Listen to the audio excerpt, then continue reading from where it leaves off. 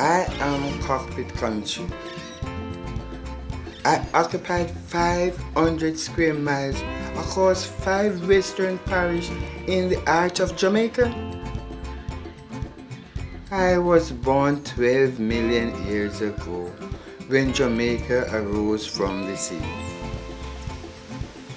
I am rugged, with rough mountains, deep pits, sinkholes and caves that have given me my name. My foundation is limestone, made slowly over 40 million years from countless fossils of sea creatures. Much of me is unknown. I keep secrets. I have been a refuge to many for hundreds of years. Thousands of tunnels and Africans hid in my dense forest. Though you human has destroyed so many of my trees, still I am home to the largest of Jamaican rainforests, and I shelter many plants and animals that are found nowhere else in the world. We are all born Jamaican.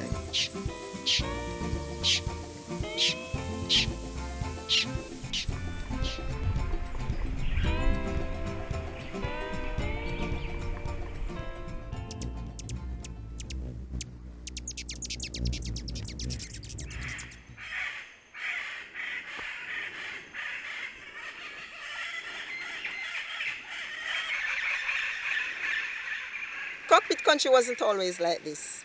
Many millions of years ago, when Jamaica rose from the sea, this area was flat.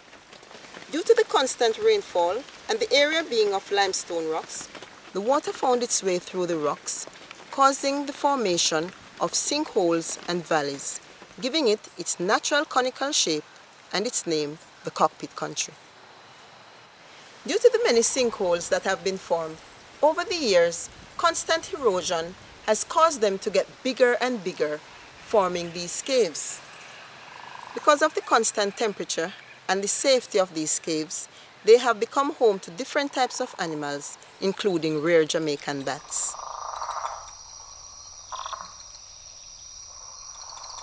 I am proud to be from Jamaica, where there are over 20 different types of bats.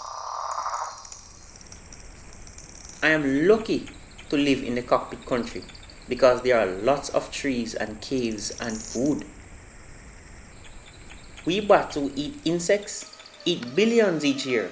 Many are pests that are harmful to your crops and can cause you illnesses. As soon as dusk comes, we are out there feasting away on mosquitoes. We are also helpful to some of your favorite fruits because while feeding on the nectar, we pollinate the trees and shrubs. And when we eat fruits, as we fly about, we send seeds all over,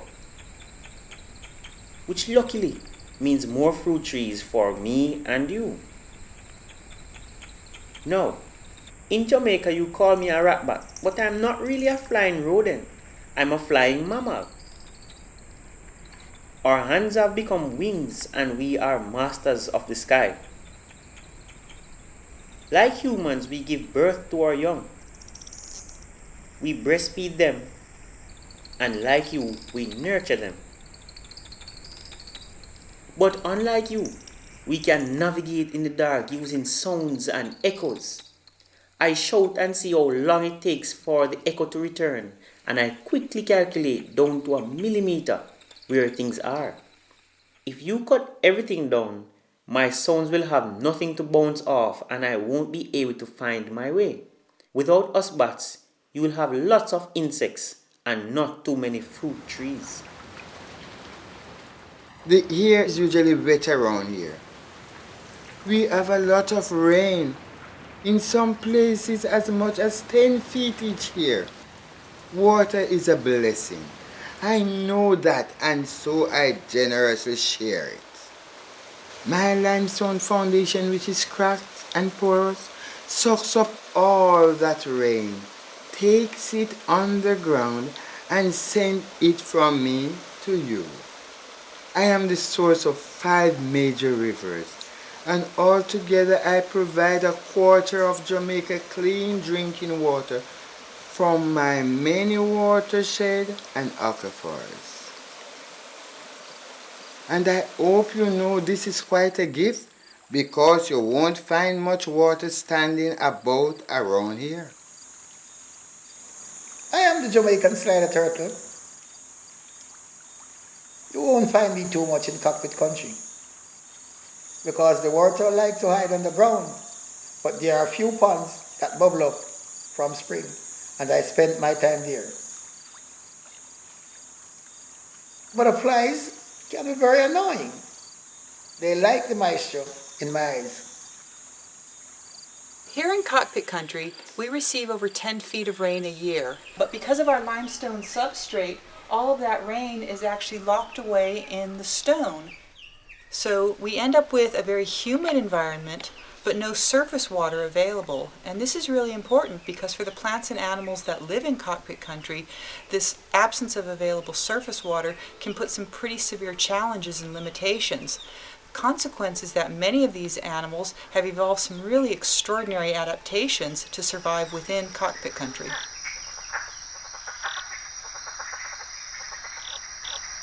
I am the Jamaican Laughing Frog. Cockpit Country is my home. We frogs start our lives first in water, so in Cockpit Country we are very creative and make friends with the wild pine, who are so good at holding water. But our home in the pine is very small with little oxygen. My tadpoles must grow their lungs quickly to get to the surface and breathe. Because there isn't any food in our cramped quarters, my babies feed on eggs I lay, and this way I make sure they grow strong. One of the most common plants that is significant in the Cockpit Country is the Bromeliads.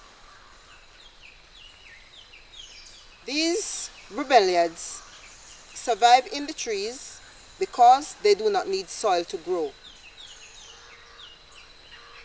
They get their nutrients from the air. And most interestingly, they are not parasites to the trees. They act as a reservoir for the different species of animals that live in the Cockpit Country.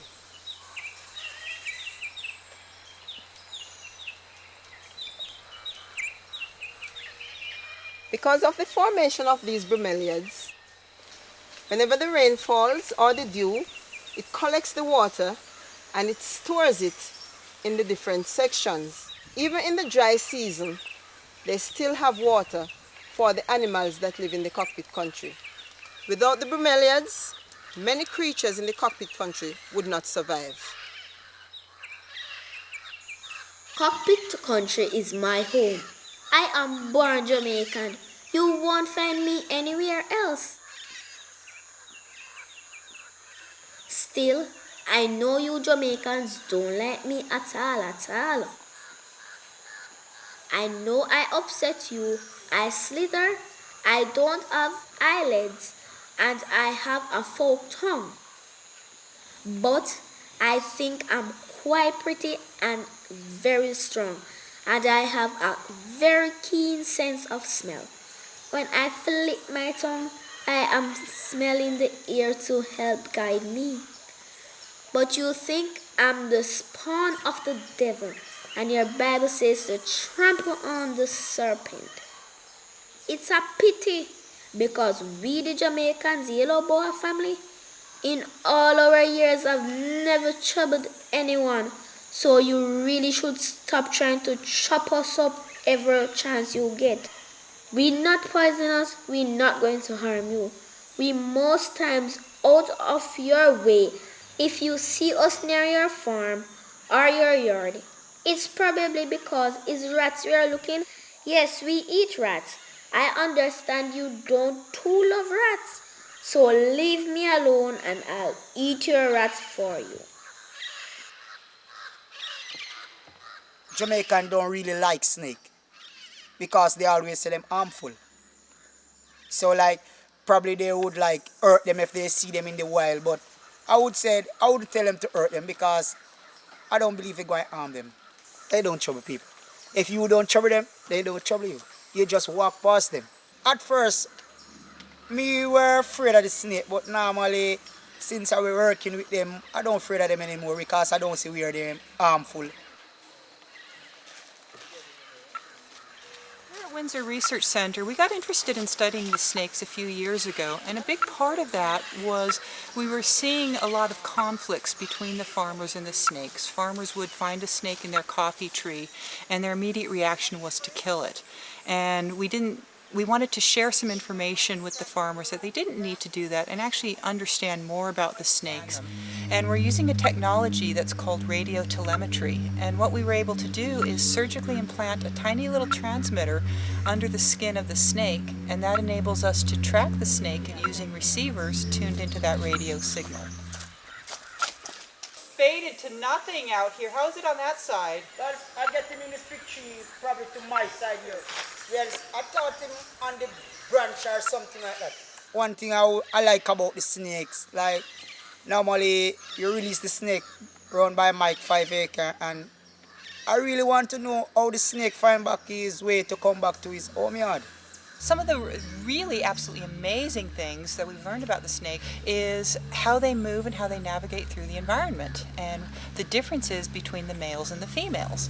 Female snakes, young and old, and young males are great. They're so easy to work with because they stay in a fairly small area. They stay in a home yard that maybe only covers 1 or 2 acres.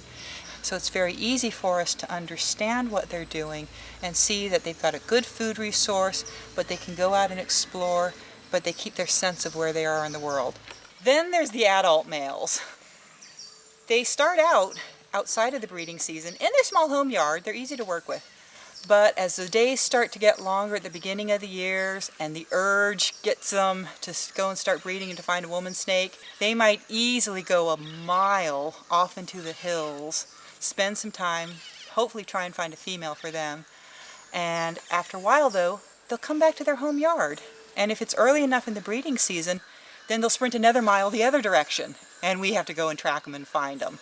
And they'll spend some time there, but come back to their home yard through the hills. And if it's still early in the season, they might even do a 3rd sprint for a mile. And again, we have to go find them through the hills. But at the end of the season, they always come out to cool out in their own home yard. And what we think is happening is that as they mature, remember they're doing these little small trips out, they're keeping that map in their brain. So what we've learned with this research is that for the boa, we really do, their success depends on us leaving them alone in their home yards, in their home area where they know how to survive, they know how to find food, they can find breeding partners, and all of the things that are necessary to keep a population going. I must sing praises to my trees. Maybe then you will save them. The air I breathe is fresh, fragrant, and cool. That's thanks to my trees. Each of my trees is unique. They come in all different sizes and shapes and varieties, so that with each passing day, there's a little something for all my children. My trees provide food, shelter, home, and our meeting places. In the cockpit, you have a lot of different birds here, you know? And they are so beautiful in the cockpit. Especially like the ruddy-quailed dove, the crested-quailed dove, the white-crowned pigeon, the ring-tailed pigeon. They are so beautiful in the cockpit here. Well, the tree them provide a lot of food for the birds. You have less hunter in the cockpit country, so the birds them breed properly.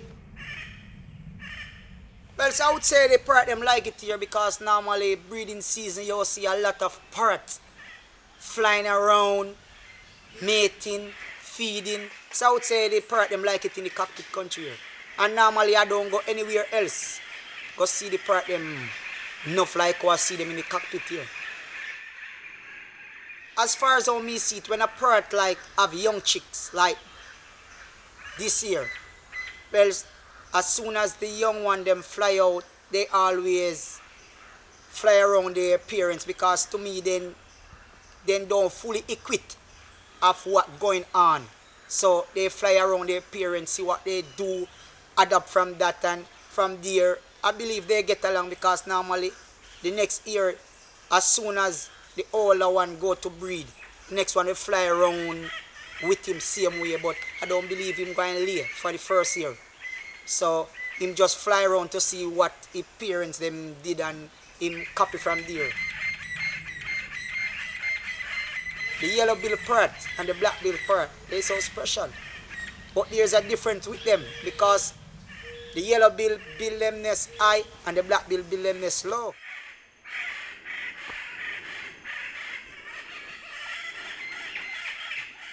The parakeet them, they love the termite nest, because normally they build their nest in the termite nest. That's where they have their chick. Like, but the yellow-billed parrot we cut like the archery, the parakeet cannot cut it. So they always go for the termite nest, where it's much softer for them.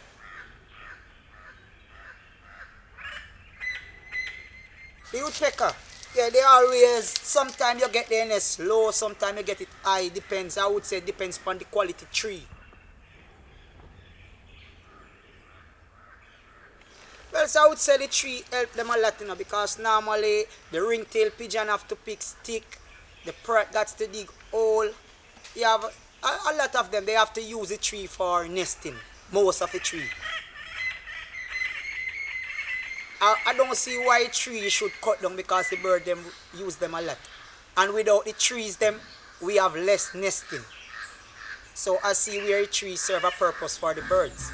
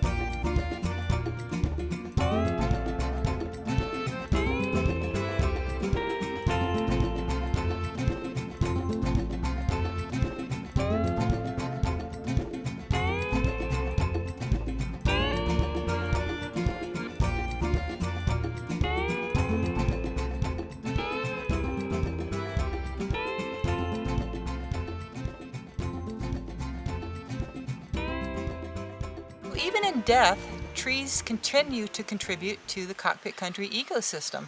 To us, this may just look like a useless log and some dry leaf litter trash on the ground, but for the small organisms and the fungi, this is still a fabulous home that's providing a lot of good resources to be used and recycled into the ecosystem. So everything is broken down and recycled back into the ecosystem. Nature doesn't waste anything. And look, we see under this dead material, these ants are having a feast.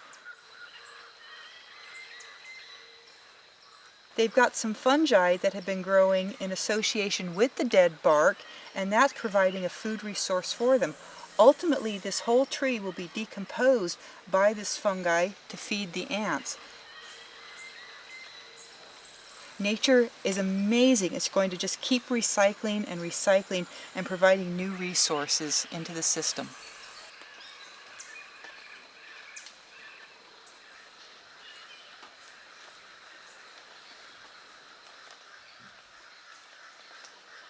Cockpit Country is my home.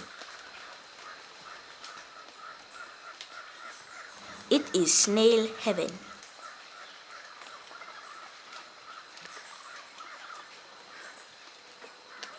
We have so many snails that live only here.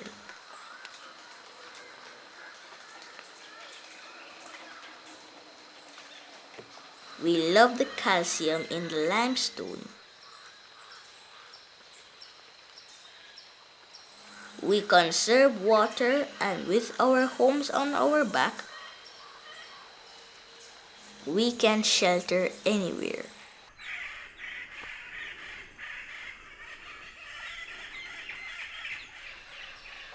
Now us snails get a bad rap because you think we are destroying your crops by eating the leaves, but we're cleaning as we go. Watch us going up this tree. We're slow but steady.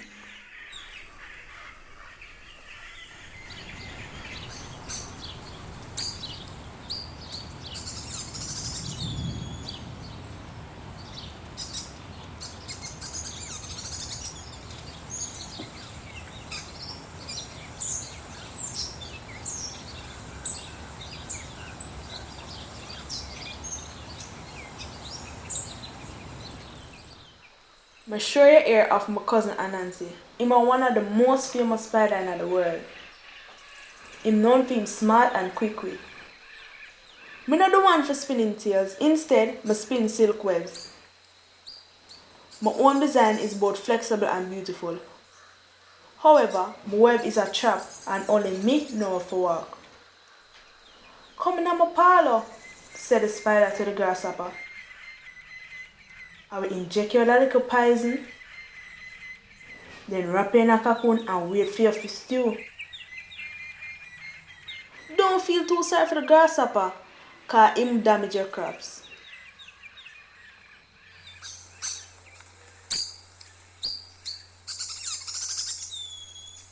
Cockpit Country is somewhere that you can enjoy all the natural beauty. The scenery, the animals, everything about nature is rested in the Cockpit Country. So come on over, enjoy, do not destroy. We need to protect it in its natural state so that our children and our children's children and visitors can enjoy the natural beauty of the Cockpit Country. Cockpit Country is my home. I was born here, I grew up here, I went to school here. I still live here. It's my home. I've traveled all over. But I still have to come back to my home, the Cockpit Country. Cockpit Country's large size and diversity are critical for the functional health and integrity of the ecosystem. It ensures that our plants and animals have large enough populations so they themselves are viable, but in turn it also ensures that they can have the full range of interactions they need to help maintain the system itself.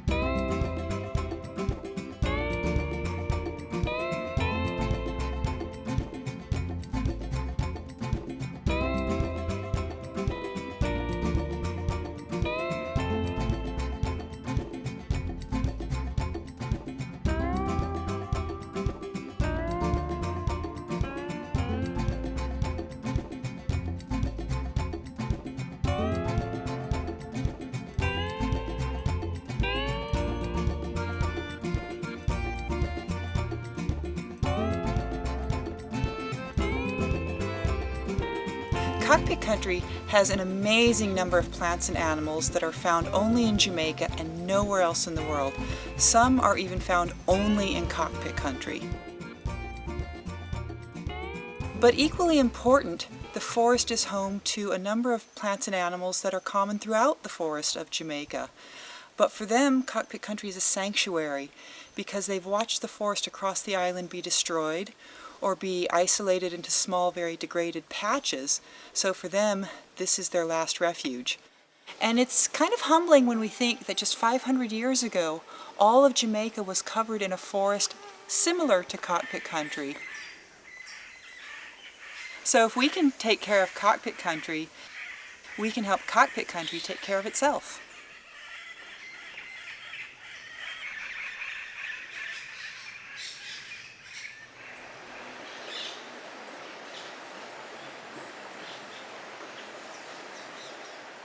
I love Cockpit Country because I'm born and grown in Cockpit Country and beautiful here. Over there you have a spring in dry time now. I have to come all the way to river to get water.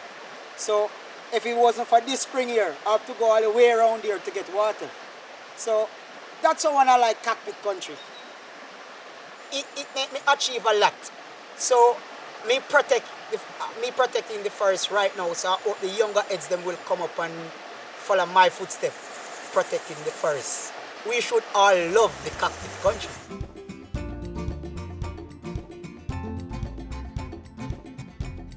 I have enjoyed our time together.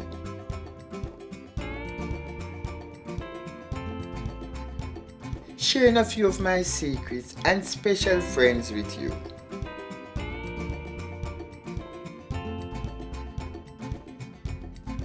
I hope we will also become friends forever and you will protect me. It is my hope that Jamaica, which is home to all of us, will stay beautiful and that you love Jamaica as much as I do. Walk good. And remember, we must take good care of each other and our island home.